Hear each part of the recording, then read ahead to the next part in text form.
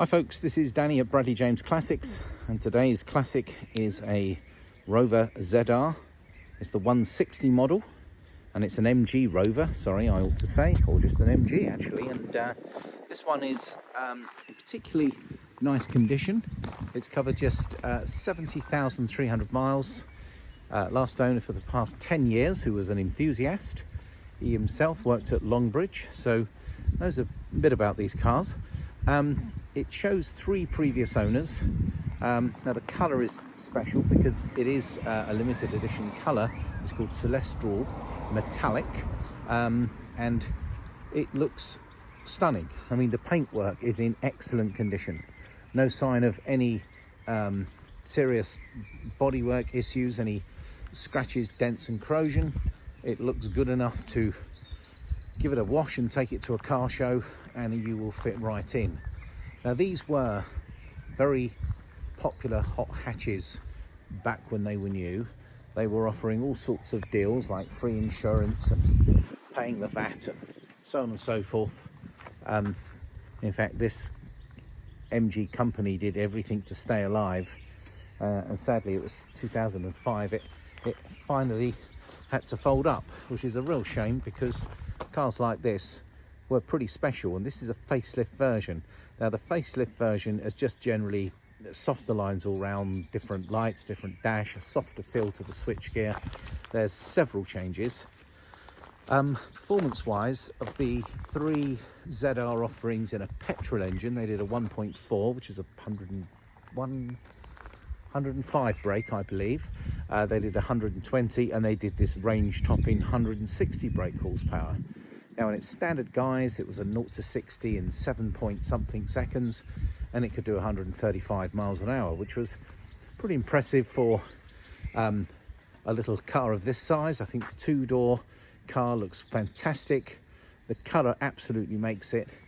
I believe it looks pretty standard, albeit it has had the wheels painted in more of an anthracite colour. They would have been silver. But other than that, this looks to be a pretty standard Rover. It certainly goes well. I mean, I've had the pleasure of driving this. It's a sunny day, so I've tried to find a little bit of shade to take my video, but I can assure you, as I walk around, I will explain to you a bit about the condition of the car. Well, the front bumper is in very good condition, as is the bonnet, as is the wing. The front door, driver's side, nice and straight panels. There's a trim protector there. These rear windows used to sort of lever open a bit at the back. They don't fold down. Rear wing, back bumper in excellent condition.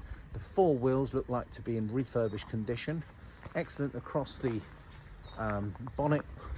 The boot area. If I'm being fussy, there's a little scratch here.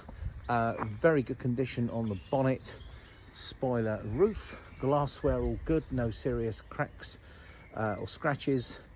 Here we're on the rear quarter panel, all looking excellent, as does the door, as does these arches and sills, and we're round to the front wing and front bumper. So just as a quick walk around there, if you can see what I can see on your screen, you'll see that the car does present extremely well.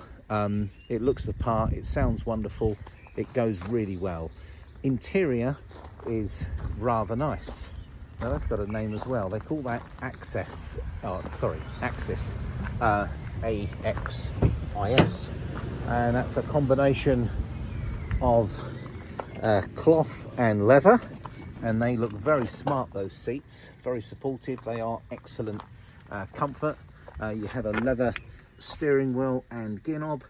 This one has got I would imagine quite a significantly upgraded stereo. It's got some big speakers in the front, and it has some large speakers in the rear, and there's a quality Kenwood head unit. So great sounds, something which I think was fitted quite a lot back in the day. It kind of suits the car, to be fair. If you'd like your sounds, you'll like the sound of this unit, I can assure you. And the back seats are in excellent condition. It's got fitted dealer supplied carpet mats. This has got ice cold air conditioning, which is a lovely feature. And the later facelifted version, they did make things a little more subtle inside. I think a classier look. This is a nice panel here. The vents are in really good condition, and there's a kind of a quality feel to them. It's more like an Audi actually, the way all this looks. Clock up here and soft touches, including the air conditioning, which I've tested today. It works very well. The colour scheme looks really good. The headline is in excellent condition. It sounds wonderful. There are 3 keys. There's an excellent amount of information that comes with the car. There's the handbook in here, the precious locking wheel nut, and having looked through the service record, the car has been extremely well maintained by the previous owner, who I've mentioned has had it for 10 years. There's evidences of 2 cam belt changes in there and lots of servicing and repairs. And in recent times, as in earlier this year, the car has had the rear discs and pads replaced. They're quite large brakes on this car. Big solid discs on the back and vented discs on the front. So the car does stop rather well. So other than the usual information that you can find out online about these, what I would say is that when we're trying to pick out future classics, we try and think of cars that stand out a little from their era. And I genuinely believe that these Rover inspired MGs are it. Back in the day, people were probably trying to predict what was going to be the big thing in 5 or 10 years time, and I was saying to people at the time, well, just buy the best examples you can find of cars. Like, I remember discussing things like Ford RS turbos, and that was the Escorts, of course, things like XR3is, XR2s, GTEs, GTIs, all of those hot hatches, probably of the 80s, 90s. I believe the same thing's going to happen in the 2000s. These cars are still obtainable now for half sensible money. You've only got to look at prices like, you know, the MG Maestro and MG Metro turbos and MG Metros. You can see they're all getting very strong. So I believe that the Rover ZR is an affordable hot hatch, and I predict a good example like this will do well in the future. Now, we can never be entirely sure what's going to happen, but you're going to have a lot of fun in this car because it has got sprightly performance. It looks great and quite a rare sight. And then if you see one in this celestial blue, you really are going to be one of a very small handful of them left on the road today.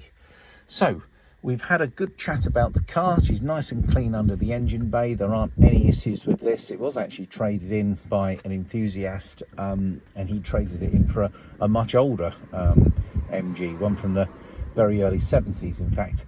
So I guess he would be an MG man through and through.